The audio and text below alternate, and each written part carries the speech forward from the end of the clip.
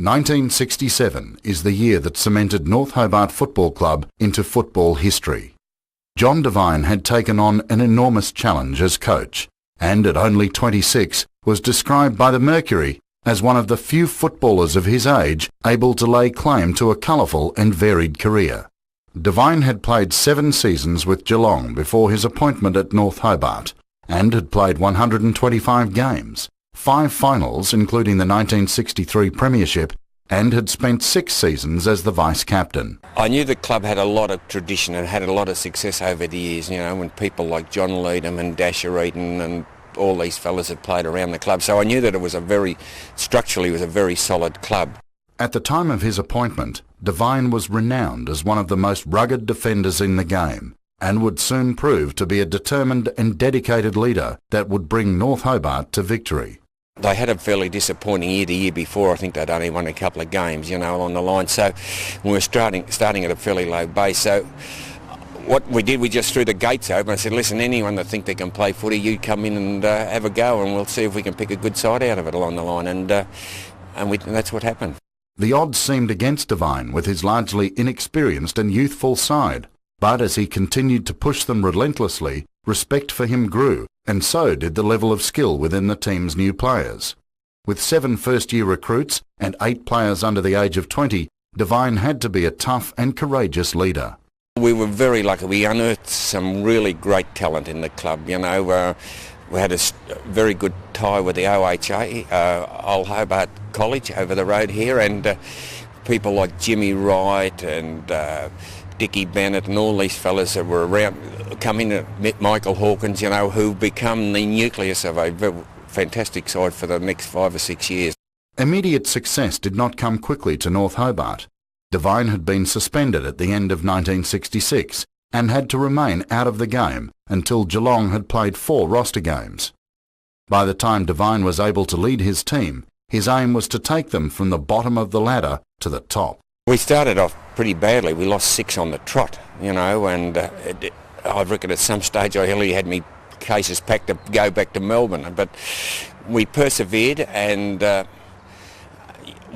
advantage of having a 6-team competition is you don't have to win a lot of games to get into the finals. If it's a fairly even competition, it looks after itself. So what you aim to do is hopefully get into the finals and play well in the finals, and we won enough games throughout the year after losing 6 to be able to sneak into the finals. We snuck into 4th place, and then once you get into the finals, it's a different game altogether.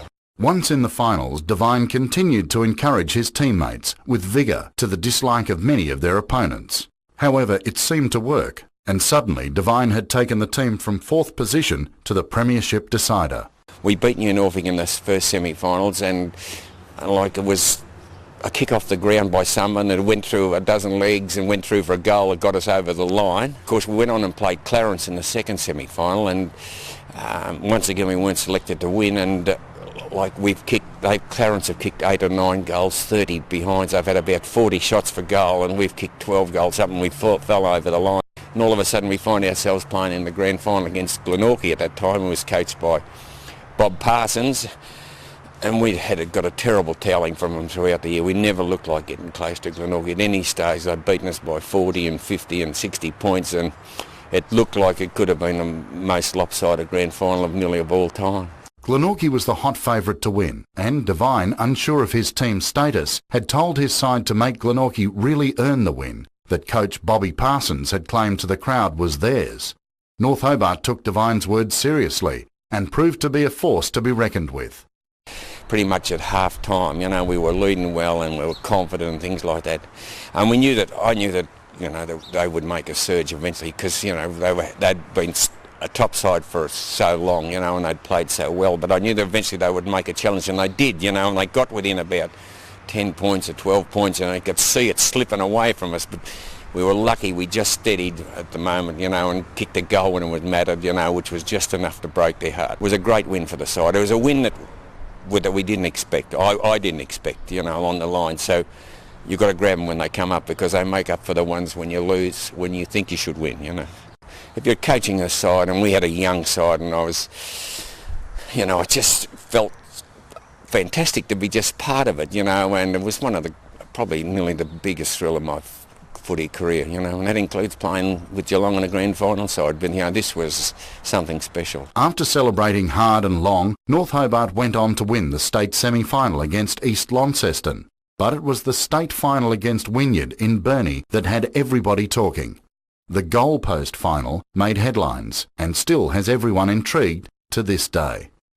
With only a few minutes before the final quarter ended, David Collins stood ready to kick the goal that would be the deciding factor for North Hobart, who was behind by only 1 point.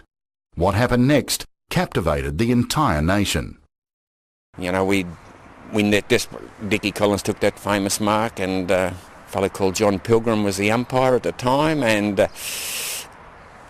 they knocked the ball out of Dickie's hand. It was a 15-metre penalties in those days, and they brought him back on the line. But of course, the rest is history, really, because by the time he got back to have a kick at the people had jumped over the fence, and of course the goalposts were only sitting in the ground in sockets. They were easy lifted up, and I said to Dickie at the time, we've just better wait till umpires clear all this before we have a shot for goal, make sure everything's okay. And while I was talking to Dickie, I seen the goalpost run up the middle of the ground. 3 or 4 kids had the goalpost and were boring down the other end of the ground with the goalpost. Collins stayed on the ground for more than half an hour with the footy stuffed up his jumper to protect it. He was determined to take his kick, but was eventually escorted away by police as the crowd went wild.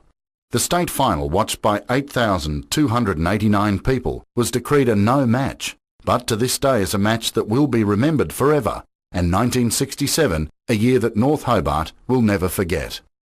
Every heart beats true for the red and the blue as we sing this song to you. Should old acquaintance be forgotten, keep your eye on the red and the blue.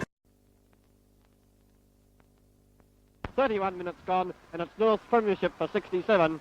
Must only be seconds remaining now. The ball's back into play. Manson battling on, playing his 200th game for the Magpies. Over to Hurst. Hurst drives to Baker. The big fellow flew, took the mark. Baker, a great trier and battler throughout the game for Glenorchy. But the siren must only be seconds away, and there it is. And it's the red-leg Premiership, prevailing by 13 points, 11-11-77 to Glenorchy, 8-16-64.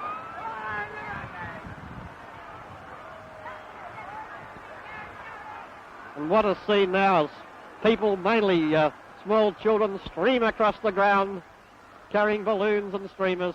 And North Hobart, of course, they're the heroes. It's their flag.